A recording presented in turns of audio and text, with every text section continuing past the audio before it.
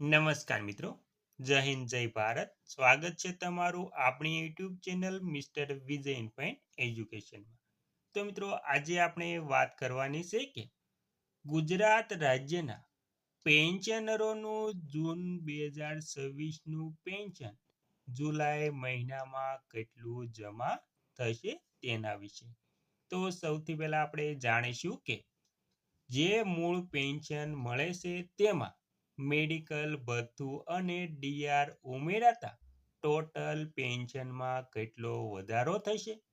ત્યારબાદ મિત્રો જાણીશું કે ત્યારબાદ વાત કરીશું કે જે મેડિકલ ભથ્થું 1000 રૂપિયા મળે છે તેમાં કેટલો વધારો થશે. અને મિત્રો ત્યારબાદ વાત કરીશું કે જુલાઈ 2026ના મોંઘવારી ભથ્થામાં કેટલો વધારો થશે. અને મિત્રો ત્યારબાદ વાત કરીશું કે 60 વર્ષ ઉપરના પેન્શનરોને તેમની ઉંમર પ્રમાણે પેન્શનમાં કેટલો વધારો થશે.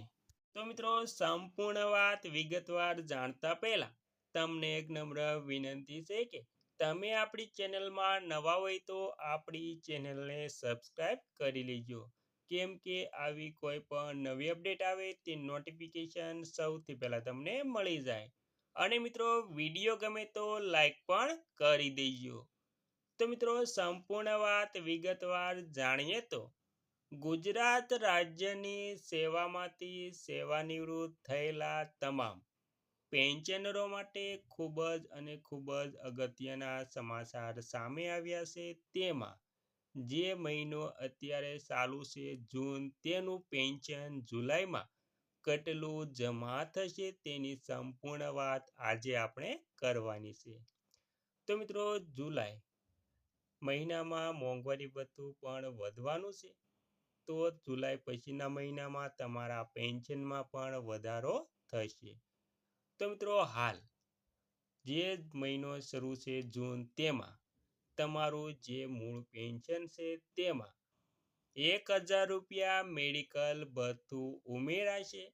અને તે ઉપરાંત જે ડીઆર જે મોંઘવારી ભથ્થામાં 2%નો વધારો કરવામાં આવ્યો છે, તે 2% તરીકે મોંઘવારી એટલે કે ડીઆર પણ ઉમેરવા પાત્ર થશે.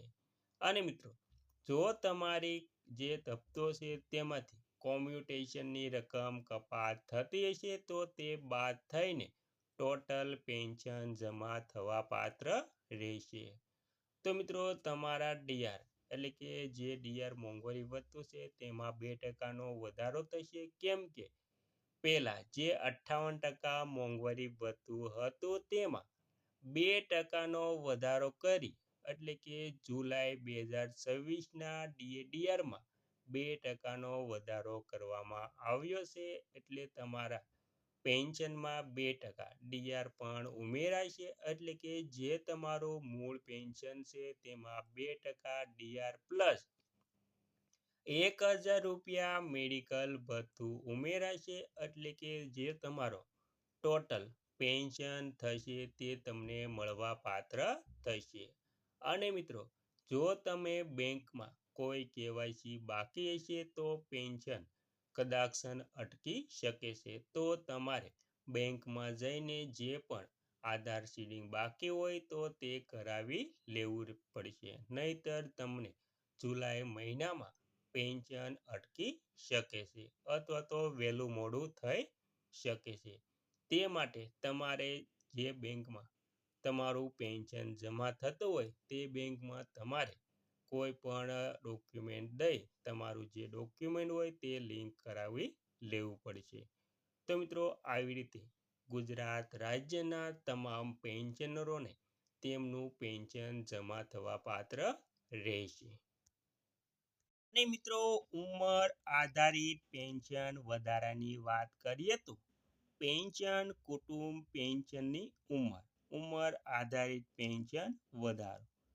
તો મિત્રો 80 વર્ષથી 85 વર્ષ સુધી સુધારેલા મૂળ પેન્શનમાં 20%નો વધારો.